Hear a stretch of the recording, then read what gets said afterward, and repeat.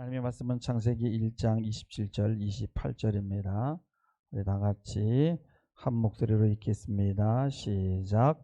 하나님이 자기 형상 곧 하나님의 형상대로 사람을 창조하시되 남자와 여자를 창조하시고 하나님이 그들에게 복을 주시며 하나님이 그들에게 이르시되 생육하고 번성하여 땅에 충만하라.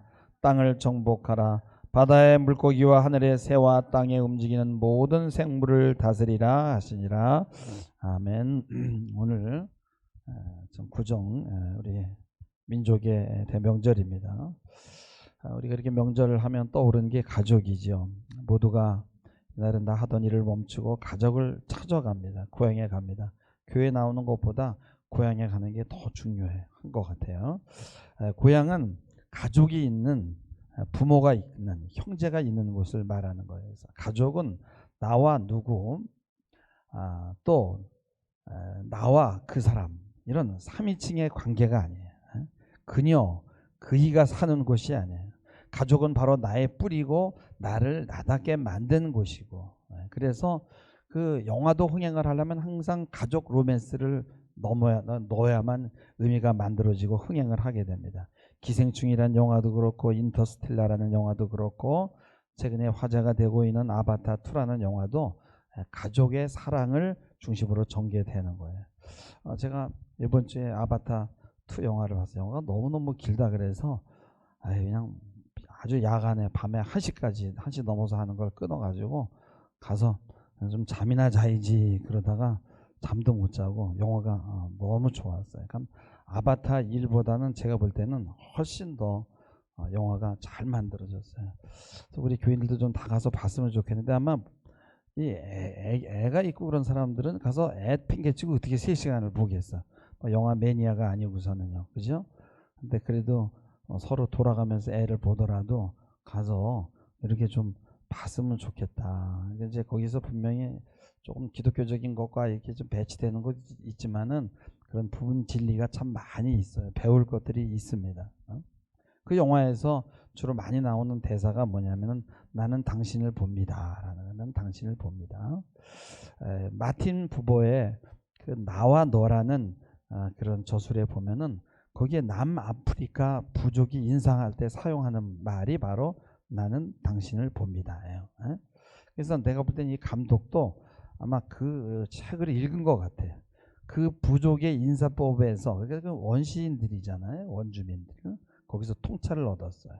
나는 당신을 봅니다라는 것은 외모를 보는 것이 아니라 내 마음을 본다. 내 마음을 안다. 나는 당신을 이해한다. 나는 당신을 공감한다라는 뜻이죠. 그러니까 식물이나 동물에게도 그들을 만날 때 뭐냐면 나는 너를 안다라고 이야기를 하고 합니다. 나는 그를 또 그것을 이라고 하지 않는 거예요. 그래서 이 영화에서는 나와 그라는 그런 짝말, 나와 그것이라는 짝말, 짝으로 붙어 있잖아요. 원래 그것은 지구인들이 사용하는 말이고 나와 너라는 그 이칭 언어를 사용하는 거는 그 판도라라는 그 행성의 족속들이 사용하는 말이에요. 근데 그 두 족속, 나와 그것이라는 것을 사용하는 족속과 나와 너라는 것을 사용하는 족속끼리 싸우는 전쟁을 묘사했어요. 그러니까 문명인과 자연인과의 싸움을 묘사하는 거죠. 나와 그것, 나와 그 사람, 그녀라고 말하는 사람은 이러한 이 짝으로 지어진 말 덕분에 문명과 과학을 발달시키게 되는 거예요. 우리 인류는요, 나와 그것이라는 그 말을 본격적으로 사용한 것이 한 약 400년 정도밖에 안 돼요. 그 이제 여러분들이 잘 아는 그 데카르트라는 사람 덕이에요. 그래서 인간이 하나님을 그 떠날 수 있는 그 근거를 만들어냈어요. 데카르트라는 사람이. 왜냐하면은 나를 찾기 위해서다. 나를 찾기 위해서. 생각 속에서 나를 찾아야 돼. 근데 나라는 거를 조금 유식한 말로 하면 주체가 되는 거예요. 그래서 하나님 때문에, 종교의 억압 때문에 내가 없어졌어. 그래서 나를 떠나기 위해서 내가 이 종교의 구속에서 벗어나야 된다라고 그렇게 생각을 한 거예요. 근데 그 마틴 부버라는 그 유대인 철학자는 생각하기를 나는 나 속에서 찾아지는 게 아니라 그에게서 찾아지는 게 아니라 너에게서 찾아진다. 그 사람은 나에게 너에게 접촉하고 접합함으로써 그러니까 피상적인 접촉이 아니라 이렇게 접속이 돼야 돼. 그래서 그 영화에서 보면은 그렇게 무슨 이 사람의 뭐 꼬리와 뭐 머리와 또 그 동물들의 이렇게 꼬리가 이렇게 접합을 합니다. 그냥 마주 서 있는 사람은 그냥 있다가 나타나는 거예요. 그러나 나라고 하면 너라는 말이 따라 나오고 너라고 할 때도 자동적으로 나라가 따라 나오는 거예요. 나와 나, 너와 나, 나와 너. 이것은 그냥 항상 함께 붙어 다니는 거예요. 낱개로 단수로 돌아다니는 말이 아닌 거예요. 근데 중요한 건 뭐냐면 나와 너를 말하느냐 나와 그것을 말하느냐가 중요한 거예요. 우리 모두는 이중적이라서 나와 너가 될 수도 있고 또 나와 그가 될 수 있어요. 그 사람이 볼 때는 나를 볼 때는 자기와 그가 될 수가 있는 거예요. 그렇게 되면 대상화되고 이용 가치로 판단이 되는 거예요. 그래서 여기에서 소외가 일어나는 거죠. 그래서 나와 너라는 것은 뭐냐면 내가 온 존재 심혈을 기울여야만 말할 수 있는 거예요. 3인칭은 대충 얘기하면 되는 거예요. 그거 그 사람 그것 이렇게 하면 되는 거예요. 누군가가 죽으면 왜냐면 나와 너의 관계가 아니까 안 됐구나 젊은 사람이 갔네 라고 얘기하는 거예요. 그러나 내 가족이 죽으면 그거는 나와 너의 관계이기 때문에 슬픈 거예요. 너와 나의 관계니까 나의 일부가 죽은 거예요. 그래서 많은 사람들이 나와 너가 없고 그냥 그 사람 그거 죽었어요. 경찰서에서 전화를 해요. 당신 가족인데 주세요. 보니까 나 그런 사람 몰라요. 마음대로 하세요. 그가 되는 거예요. 독일의 유명한 그 어떤 학자가 그런 얘기 했어요. 말은 존재의 집이다. 근데 나와 너를 사용하건 나와 그를 사용하건 인간은 그 말 속에 들어가서 거기에 서게 되는 거예요.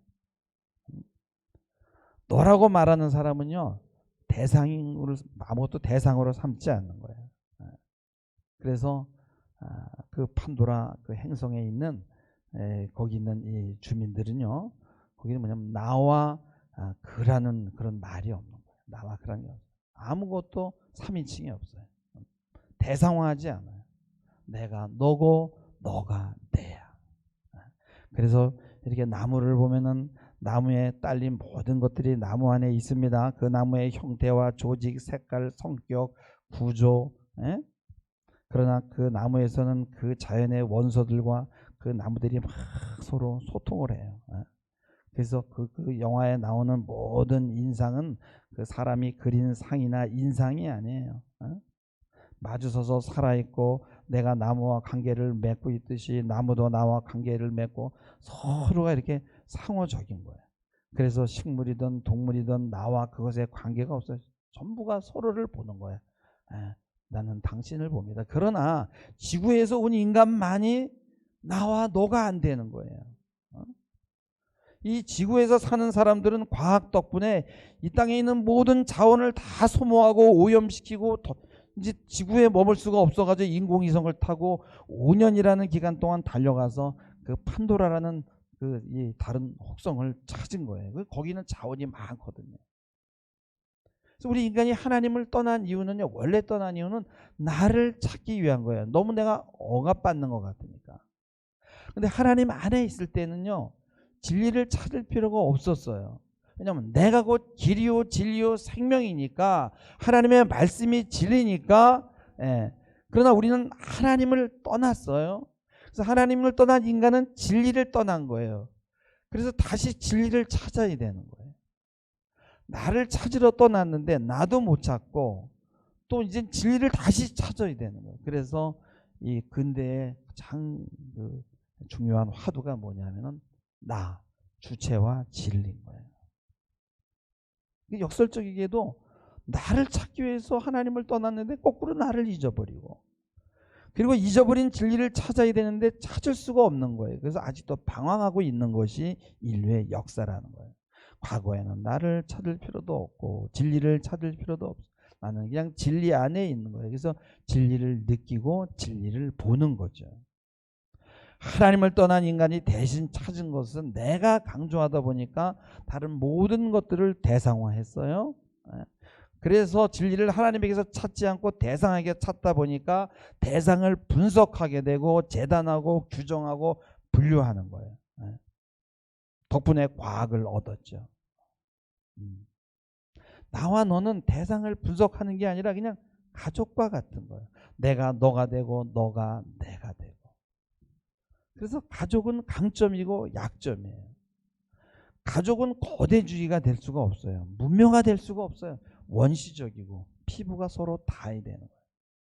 그래서 문명에서는 가족이 아주 장애물이에요. 그래서 이 가족을 해체해야 돼요.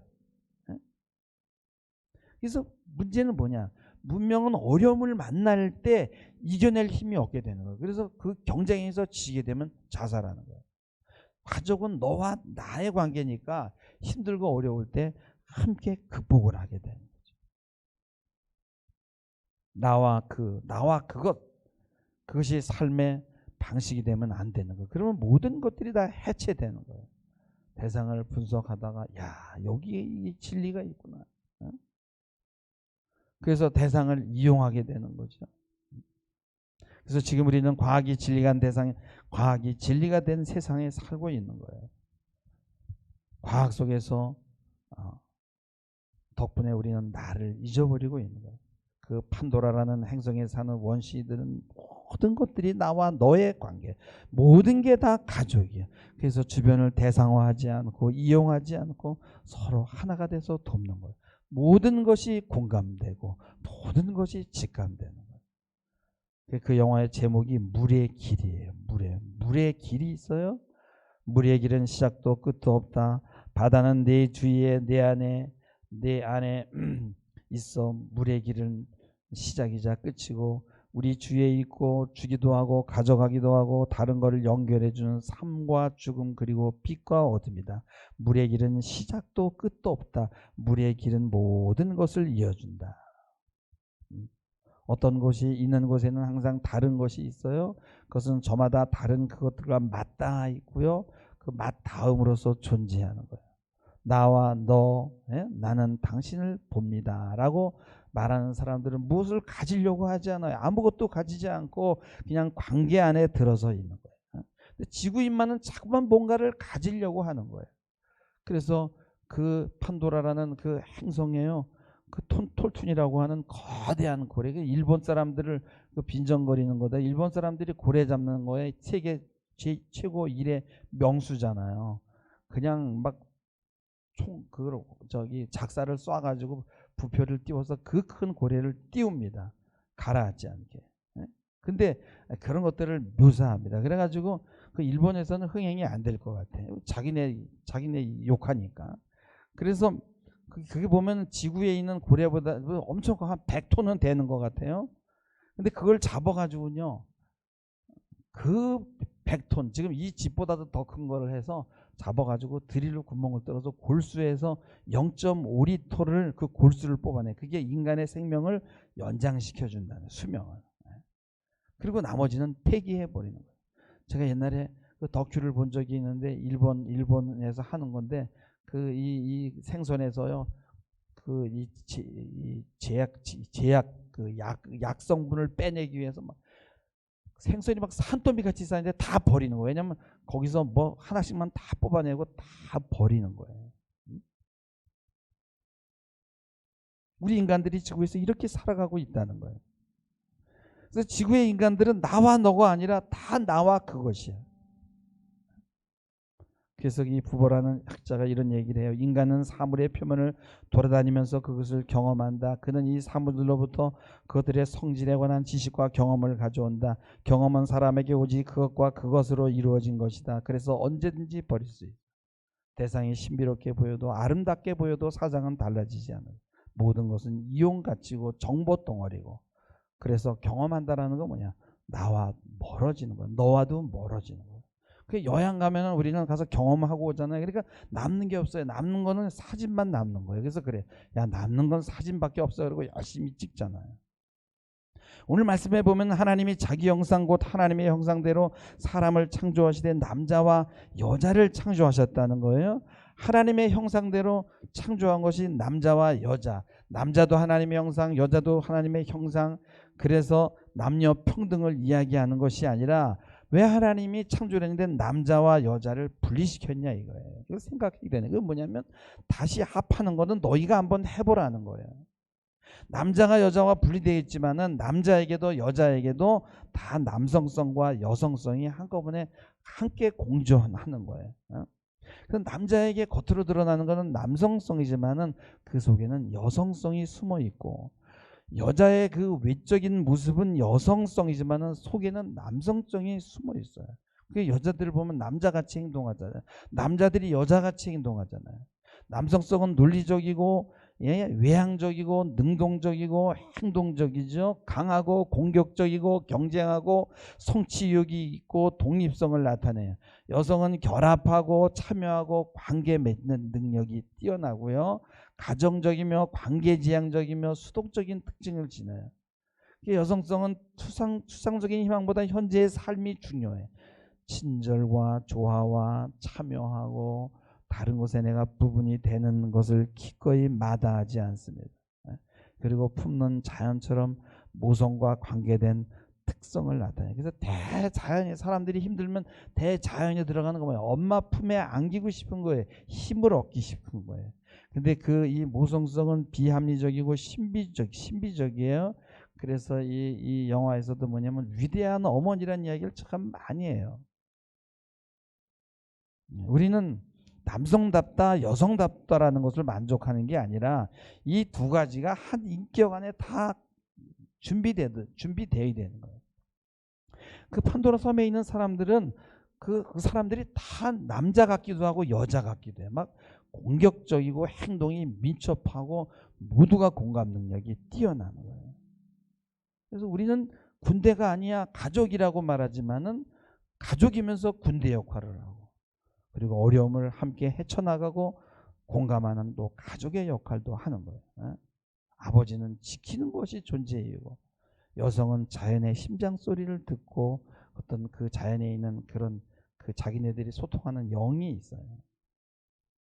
그러니까 지구인들은 뭐냐면 남성성만 가지고 있는 분열증자들이에요. 그래서 미래지향적이고 소모적이고 그냥 이성적이고 그냥 나와 그것과의 관계밖에는 할 수가 없는 거예요. 근데 판도라에 있는 이 행성 이 인구들은요, 거기에 보면은 혼혈아들이 있어요. 지구의 남성성과 판도라의 여성 경향이 이렇게 합쳐져 있는 거예요. 그래서 지구인들이 왔을 때 이 판도라 섬에 두고 간 전쟁 고아가 있어요. 그거는 그냥 지구인하고 똑같아요. 근데 그 친구는 떨어져서 객관적으로 그걸 보는 거예요. 일어나는 일을 보고 있는 거예요. 그게 감독이죠. 오늘날 우리 인간은 남자와 여자의 부정적인 만남으로 인해서 싸우고 투쟁하고 이혼해요. 그리고 이러한 다툼에서 기형적인 정신장애를 가진 자녀가 나오고 사이코패스가 나오고, 그러면서 이 세상에 우울한 일들이 일어나게 되는 거예요. 그래서 번성과 번영이 막히게 되는 거예요. 하나님이 번성하라고 하는 이 문화 명령을 주기 전에 이 27절 말씀을 주었어요. 27절 말씀에 보면은 하나님이 자기 형상 곧 하나님의 형상대로 사람을 창조하시되 남자와 여자를 창조하셨어요. 먼저 그 일부터 했어요. 그리고 복을 줬어요. 그 다음에 하신 말이 생육 번성 충만 땅을 정복하고 다스리라는 거였어요. 그래서 남자와 여자를 창조하신 이유는 복을 주신 것인데, 복을 먼저 받고 그 다음에 생육 번성 충만하고 정복하고 다스리는 거예요. 그러기 위해서 먼저 필요한 게 뭐냐? 나는 당신을 봅니다 라는 게 필요해요. 그러니까 다스리는 거 막 짓누르고 억압하는 게 아니라 보는 거야. 소통하는 거야. 그러니까 생육과 번성이라는 거는 좋은 가정에서 시작이 되는데요, 남녀가 부모를 떠나서 뭐라 그러잖아요. 한 몸이 돼야 되잖아요. 한 몸이 되는 거면 나와 너의 관계가 되는 거예요. 근데 이혼하는 이유는 나와 너의 관계가 아니라 나와 그녀, 나와 그 사람, 심하면 나와 그 XX. 이게 서구 문명이 만들어낸 공허함이라는 거예요. 그래서 오늘날 많은 사람들이 하는 이야기가 있으면 탈서구, 탈문명, 탈성장, 탈인간이에요. 인간 중심으로만 살아서는 안 된다는 걸 이제 깨닫기 시작한 거예요.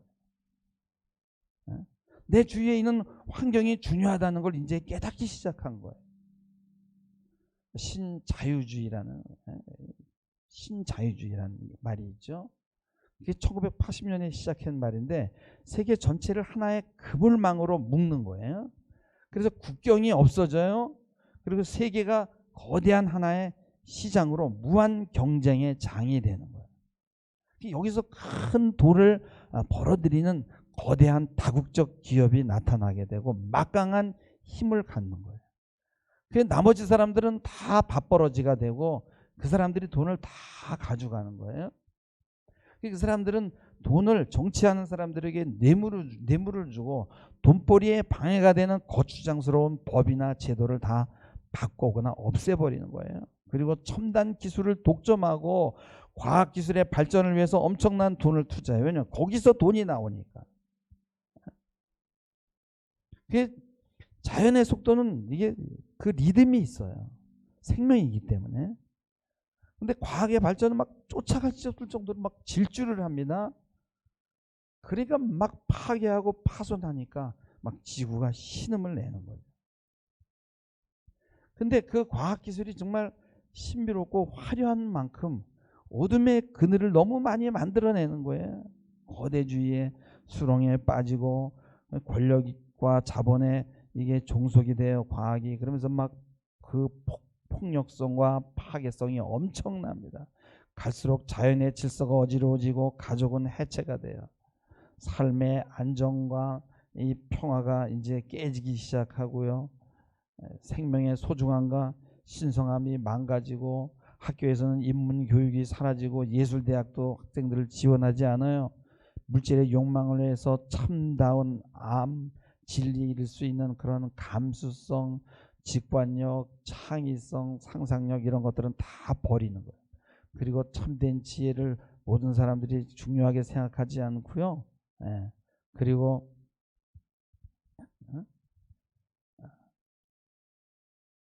이 과학 문명의 노예가 되는 거예요. 우리는 원래 의미와 가치를 추구하도록 만들어졌거든요. 그리고 생명에 관심을 갖고 동료와 이웃을 섬기고 자연을 존중하도록 그렇게 피조됐단 말이에요. 이게 하나님의 문화 명령이거든요. 근데 오늘날 한번 생각해 보세요. 태어날 때부터 아이들은 흙을 보지 못하고요. 아파트에서 태어나자마자 핸드폰 만지고요. 그리고 맨날 텔레비전 보고 춤이나 추고 따라하고 그래요. 그 머릿속엔 뭐가 들어있겠어요? 여러분 국민 총생산을 뭐라 그래? GNP라 그러잖아요. GDP라는 건 뭐예요? 국내 총생산량이죠. GNP든 GDP든요. 이걸 끌어올리려고 하는 이유는 뭐예요? 이게 세계 몇이냐?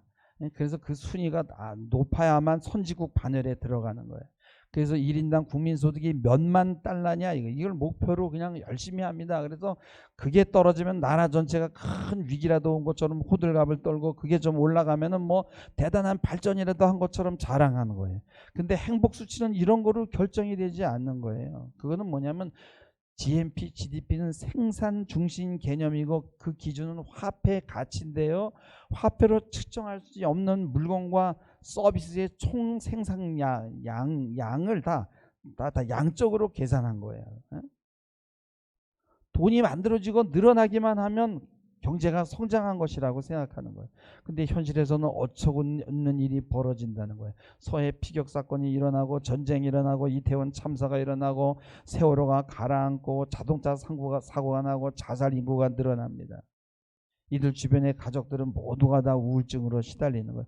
그러면 이 국민 총생산량에서 이 우울증으로 이 사람들의 이 빠져나가는 에너지를 빼야 되는데 그건 빼질 않는 거예요. 물이 오염돼서 생수를 사 먹고 태풍이 휩쓸고 지나가서 도시가 쑥대밭이 되고 연쇄 토막 살인이 많아져도 GNP는 올라가고 경제는 성장한 것이 되는 거예요. 왜냐하면 이런 일이 일어나도 생산이 이루어지고 돈이 만들어지니까. 전쟁이 일어나면 무기를 엄청나게 생산하는 거예요. 일본이 한국전으로 돈을 버는 거예요. 6.25 사변 때. 전쟁이 일어나면 일어날수록 미국 경제는 좋아지는 거예요. 무기를 판매할 수 있으니까. 사람이야 죽던 말던 상관이 없어요. 환경 오염으로 많은 사람이 병에 걸리면요, 더 많은 의사와 간호원과 병원이 필요합니다. 자동차 사고가 나면 날수록 좋은 거예요. 왜? 그래야 공업사가 돈을 벌고 또 수리를 하거나 또 자동차 회사가 새 차를 또 팔아먹을 수 있는 거예요. 홍수가 나서 자동차가 잠기면요, 어떻게 돼요? 국민 총생산이 올라가는 거예요. 그만큼 많이 만들어냈으니까.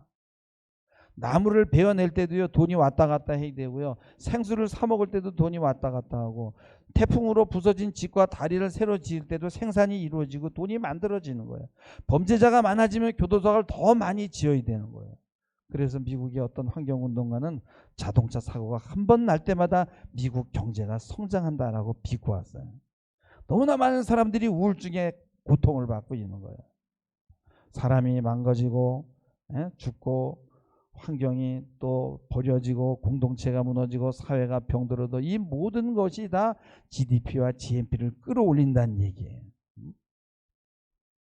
그런 이런 파괴적인 생산이 경제 성장에 도움이 되는 이유는 단 하나야. 돈을 만들어낸다. 여기서 돈은 오로지 양적인 액수로 계산된 거예요. 그래서 GNP, GDP는 인간 전체 생산 활동에서 자연이 맡고 있는 몫은 포함시키지 않은 거예요. 공기, 물, 토양, 숲과 나무, 갯벌, 생물의 다양성 이런 거는 다 제외시키는 거죠. 자본주의 시장에서는 숫자에 포함되어 있잖아요. 공짜로 저절로 주어지는 것으로 생각해요. 여러분 돈으로 환원되진 않지만요, 여러분 살아가는데, 이 세상을 살아가는데 유지하는데 중요한 일이 얼마나 많아요.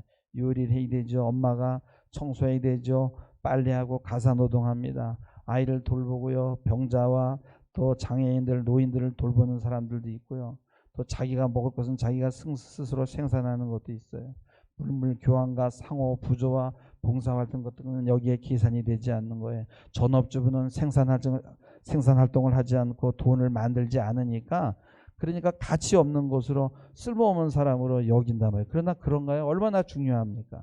그래서 모두가 다 나가서 돈을 벌어야 돼. 그러니까 막 다 나가서 돈을 버는 거예요. 그래서 그냥 가정이 해체가 되는 거예요.